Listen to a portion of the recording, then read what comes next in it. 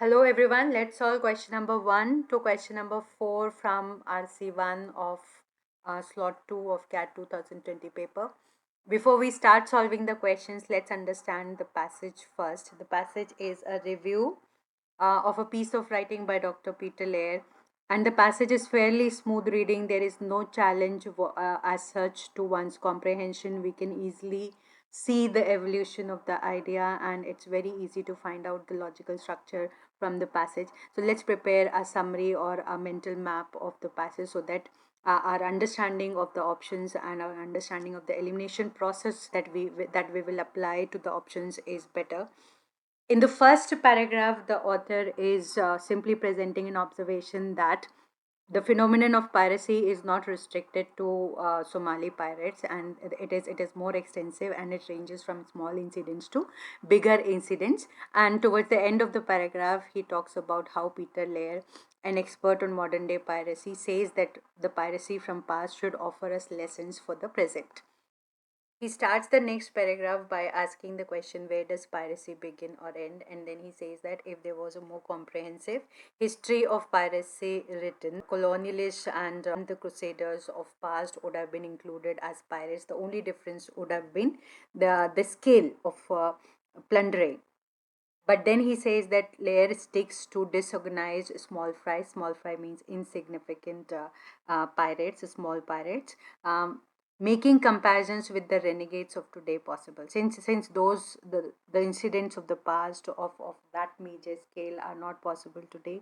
So that's why, since Lair sticks to the disorganized small fry, that comparison between the earlier pirates and the pirates of today is more feasible.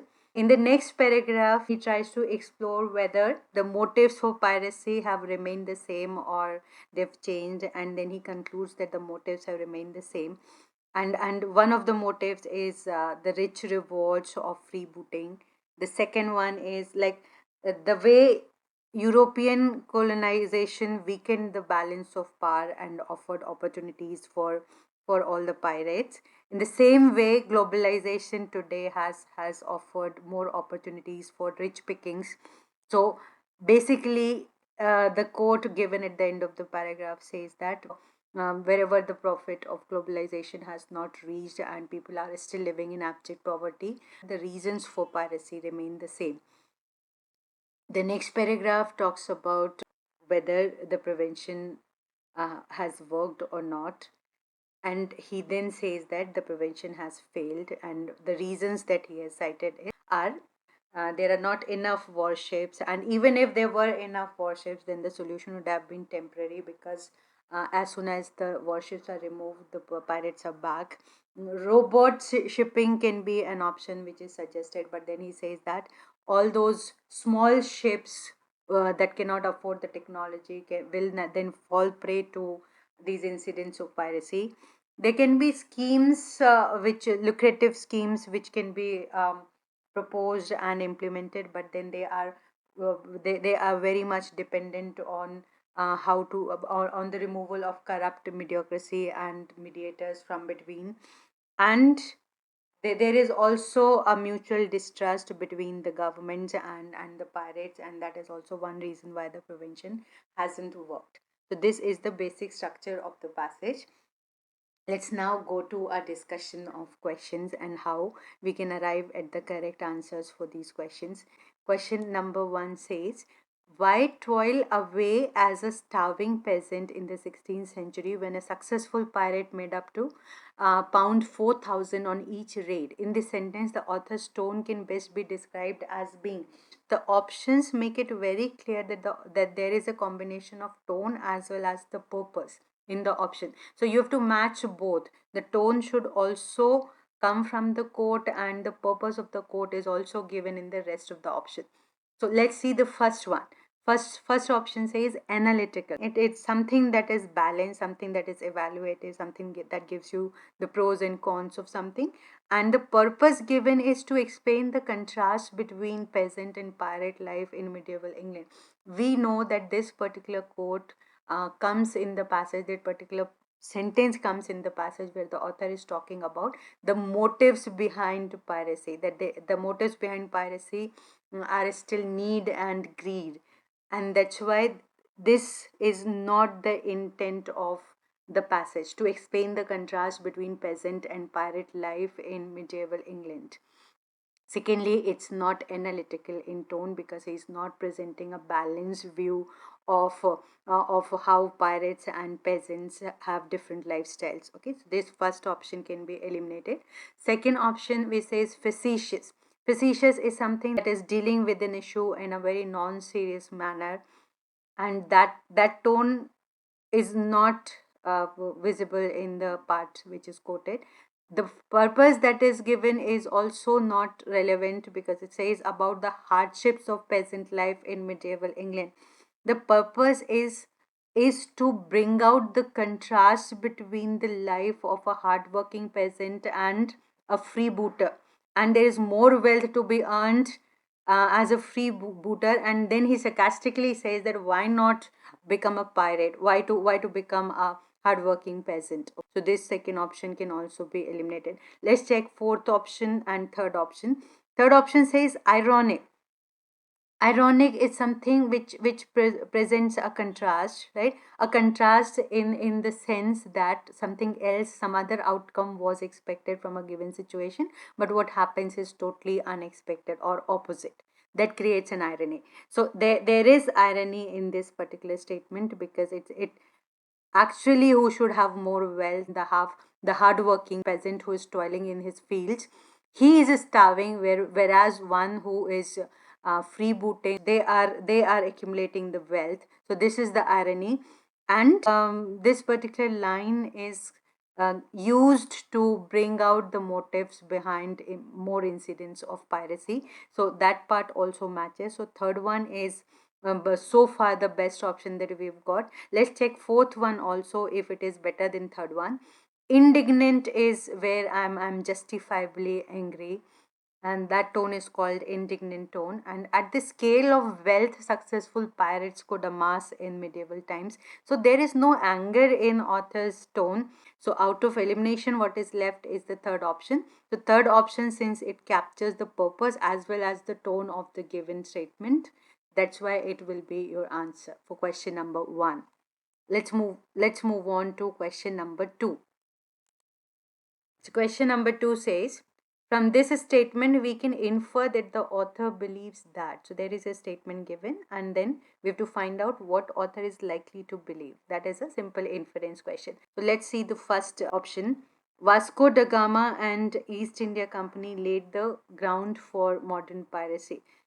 But the question simply uses the statement from this part of the passage. The statement can be found in the second paragraph, where you have, by this logic, European empire builders were the most successful pirates of all time.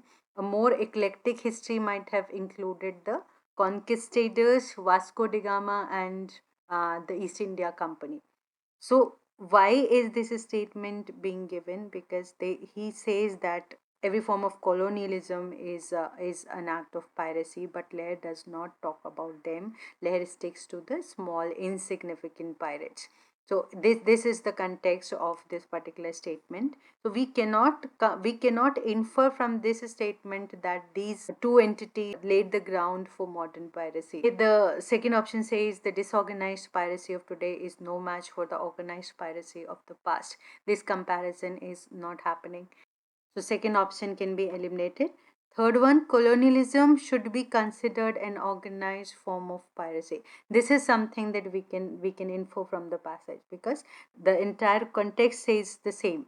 East India Company, Vasco da Gama, then Alexander the Great, all these people who were the initial colonialists, they were the acts of organized piracy, because immediately after that, the passage says, but Lair sticks to the disorganized small fry. That means if there was a more comprehensive book written, then these acts would have been mentioned as organized form of piracy. So this is something that we can conclude from this contrast that is being developed immediately after the quote. So this option can be inferred from the passage. Let's see fourth one, how we can eliminate the fourth option. Laird does not assign adequate blame to empire builders for their past deeds. Laird anyway does not blame the empire builders or the insignificant small fries. There is no assigning blame to any one of them. So fourth one is also going out of context. That's why out of elimination also the option that seems to be the most harmless is the third one. So that is what we can mark as our answer. Question number 3 says, we can deduce that the author believes that piracy can best be controlled in the long run. So, what is the solution suggested by the author which will work in the long run? The first option says through lucrative welfare schemes to improve the lives of people in affected regions. But when we go to the passage, we know that the author has used a rider here, and he says that investment in local welfare put a halt to Malaysian piracy in 1970s. But these schemes usually are heavily dependent on the money filtering through a corrupt bureaucracy to the poor on the periphery. So unless the poor are given money, unless the poor pulled out of abject poverty, these schemes are not serving any purpose. So that's why the author is not likely to suggest this as an option. Second one, if we eliminate poverty and income disparities in affected regions. So if we go back to the passage and see, this is the part where he talks about abject poverty, and he says as long as people do not stop living in abject poverty and where their daily struggle for survival is still on, the motives will not change. So this is one solution that the author is likely to offer. So second option does come from the passage, if we eliminate poverty and income disparities in affected regions. Third one, through international cooperation in enforcing stringent deterrence. So this is nowhere mentioned in the passage. Fourth one, through the extensive deployment of technology to track ships and cargo. Technology is mentioned in this part of the passage, and it talks about robot shipping, and it is mentioned as a solution. But then there is again a rider which says that this will only make pirates switch their targets to smaller carriers unable to afford the technology. So the problem of piracy will persist, it will not go away. So author is again unlikely to mention this as a solution. So the one option which does give you a workable solution from the perspective of the author is the second one. So your answer for question number 3 is second one. Question 4. The author ascribes the rise in piracy today to all of the following factors except. So this is an except question. So that means 3 will hold good. 1 will not be inferred from the passage, and that is the one that we mark as our answer. So first one says colonialism's disruption of historic ties among countries. So from where can we get this answer? We can get this answer from this part where the author is wondering about the motives of piracy and the reasons for the rise of piracy. So he has mentioned that the need and greed are the main motives, and European colonialism weakened delicate balance of power, leading to an influx of opportunities on the high seas. So this was a reason for rise of piracy in those times. So your first option is given there.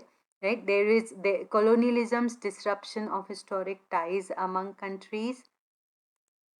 This option comes from the part of the passage that we just went back to.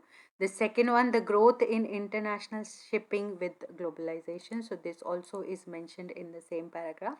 A rise in global shipping has meant rich pickings for freebooters, and that's why that is the motive for piracy. So this is also mentioned as a reason.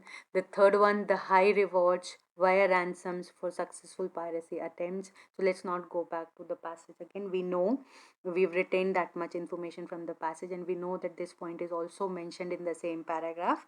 The fourth one, decreased surveillance of the high seas. Now this is not mentioned as a reason for rise in piracy. This option is mentioned where the author is talking about why the modern pirate prevention has failed. So it is one reason which is responsible for the failure of the preventive measures, not as something which has given rise to higher incidence of piracy.